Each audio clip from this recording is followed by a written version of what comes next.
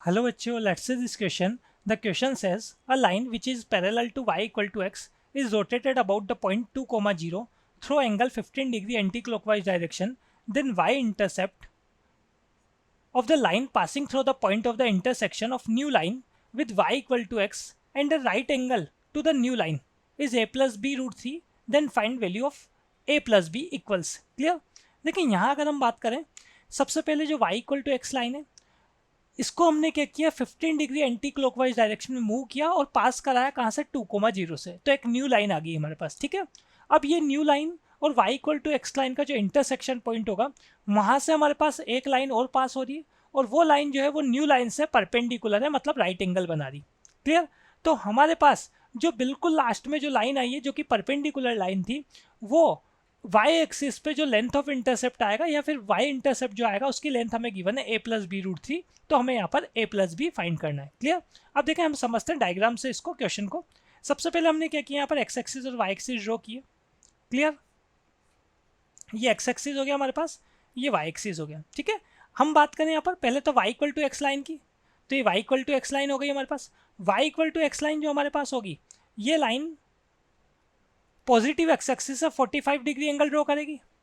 ठीक है, अब इसके बाद हमारे पास क्या हुआ, इस लाइन को हमने 15 डिग्री एंटी क्लॉकवाइज मूव किया तो लाइन का जो हमारे पास एक्स एक्सिस से एंगल होगा वो कितना हो जाएगा 60 डिग्री और लाइन कहाँ से पास हो रही है 2,0 से। ठीक है, तो ये कोई लाइन हमारे पास हो गई। ये जो पॉइंट है ये 2,0 पॉइंट हो गया, 2,0 से लाइन पास हो रही और 15 डिग्री एंटी क्लॉकवाइज मूव करेगी तो इसका जो एंगल हो गया अब एक्स एक्सिस से वो कितना हो गया हमारे पास यहाँ पर 60 डिग्री। ये इंटरसेक्शन पॉइंट जो है इसको मैं पी से डिनोट कर देता हूँ। अब एक लाइन और है हमारे पास जो पी से पास हो रही है और ये जो ए पी लाइन है इसके परपेंडिकुलर है। ठीक है, वो भी हम ड्रॉ कर लेते हैं। ये लाइन हो गई हमारे पास परपेंडिकुलर टू ए पी। ठीक है, यहाँ ये लास्ट पॉइंट में एल ले लेता हूँ। अब यहाँ हम बात करें तो ये जो हमारे पास पी एल लाइन जो आई है इसका जो वाई इंटरसेप्ट, ये जो हमारे पास वाई इंटरसेप्ट है उसकी लेंथ हमको गिवन है a plus b root 3। a plus b root 3 हमको ये लेंथ गिवन है, तब हमें a प्लस बी फाइंड करना है। क्लियर? तो देखें हम किस तरीके से इसको सॉल्व करने वाले हैं। सबसे पहले हम बात करें यहाँ पर ये जो ए पी लाइन है इसकी इक्वेशन की, इक्वेशन ऑफ ए पी। तो लाइन की इक्वेशन का फॉर्मूला होता है हमारे पास y minus y one equal to m x minus x one, जिसमें x1 y1 लाइन पे पॉइंट होता है और m जो है लाइन का स्लोप होता है। क्लियर? तो देखें आप y माइनस जीरो लाइन के स्लोप की हम बात करें 1060 की वैल्यू रूट 3 होती है हमारे पास। x माइनस एक्स वन मतलब x माइनस 2 हो जाएगा।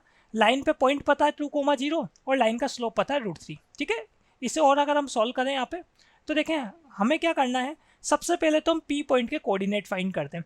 तो पी पॉइंट के कोऑर्डिनेट कैसे आएंगे हमारे पास, इसे मैं सॉल्व कर लेता हूँ। ये जो लाइन आई है हमारे पास इसको x इक्वल टू वाई के साथ सॉल्व कर लेता हूँ, मतलब y इक्वल टू एक्स के साथ अगर मैं इसको सॉल्व करूँगा तो इंटरसेक्शन पॉइंट पी आ जाएगा। तो हमने क्या किया, y की जगह x पुट कर दिया। ठीक है, तो ये आर एच एस में आएगा रूट 3x माइनस 2 रूट 3।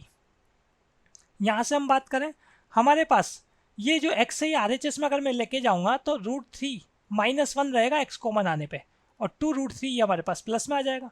तो यहाँ से अगर बात करें x की वैल्यू आ गई 2 रूट 3 अपॉन रूट 3 माइनस 1। ये x कोऑर्डिनेट आ गया p का। अब p point y equal to x line पर है तो हमारे पास y कोऑर्डिनेट भी x कोऑर्डिनेट के इक्वल होगा। इसका मतलब p पॉइंट के कोऑर्डिनेट हो जाते हैं 2 root 3 upon root 3 minus 1 comma 2 root 3 upon root 3 minus 1। Clear? ये p पॉइंट हो गया।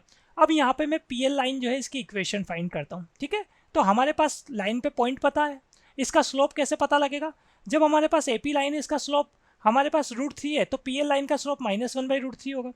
परपेंडिकुलर लाइन के स्लोप का मल्टीप्लिकेशन माइनस 1 होता है, इसी रिजल्ट को हम यहाँ पे यूज़ करेंगे।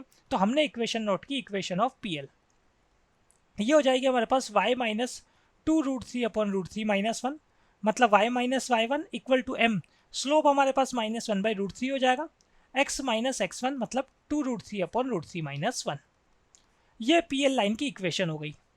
अब इसके आगे हम बात करें, देखें हमें क्या फाइंड करना है, हमें यहाँ पर ए और बी पे जाना है। तो हमें ये जो y इंटरसेप्ट है ना, इसकी लेंथ गिवन है। तो ये जो पॉइंट हमारे पास होगा y एक्सिस पे जितने ही पॉइंट होते हैं उन सबका x कोऑर्डिनेट क्या होता है 0। तो इस इक्वेशन में अगर मैं x को 0 पुट कर दूंगा तो लेंथ ऑफ y इंटरसेप्ट हमारे पास आ जाएगा, मतलब a प्लस बी रूट 3 की वैल्यू आ जाएगी। क्लियर? तो यहाँ से मैं क्या करता हूँ, पुट कर देता हूँ x इक्वल टू 0। तो ये इक्वल आएगा हमारे पास y इक्वल टू, जो सेकंड टर्म है उसको आर एच एस में लेके गया मैं, तो 2√3 अपॉन √3 माइनस 1। RHS में हमने क्या किया, x को 0 पुट किया तो ये आएगा हमारे पास प्लस 2 अपॉन √3 माइनस 1। ठीक है, अब यहाँ से हम देखें आगे, हमारे पास 2 कॉमन आ रहा है, तो रिमेनिंग क्या है, √3 प्लस 1 अपॉन √3 माइनस 1। ठीक है, यही रिमेनिंग रहेगा हमारे पास। और इसके साथ अगर हम बात करें तो देखो इसको मैं क्या कर सकता हूँ, यहाँ पर रेशनलाइजेशन से सॉल्व कर ले, तो √3 प्लस 1 से मल्टीप्लाई और डिवाइड कर लेते हैं। तो √3 प्लस 1 से अगर मैं मल्टीप्लाई और डिवाइड करूँ यहाँ पर, तो कुछ ऐसा बन जाएगा हमारे पास। ठीक है, डिनोमिनेटर में बात करें तो डिनोमिनेटर में 3 माइनस 1 बनेगा, मतलब 2, तो 2 के साथ 2 तो कैंसिल हो जाएगा, तो ये इक्वल आ जाएगा √3 प्लस 1 के होल स्क्वायर के।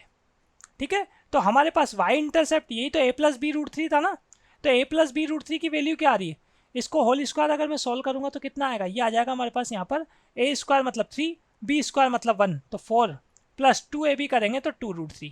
अब आप कंपेयर करा लो इसको, a की वैल्यू हो गई आपके पास 4, b की वैल्यू हो गई आपके पास 2। ठीक है, तो हम बात कर रहे थे a प्लस बी हमें फाइंड करना है, तो a प्लस बी इक्वल हो जाएगा यहाँ पर 6 के। Clear? So final answer is 6। Hope you understood it well. Best of luck.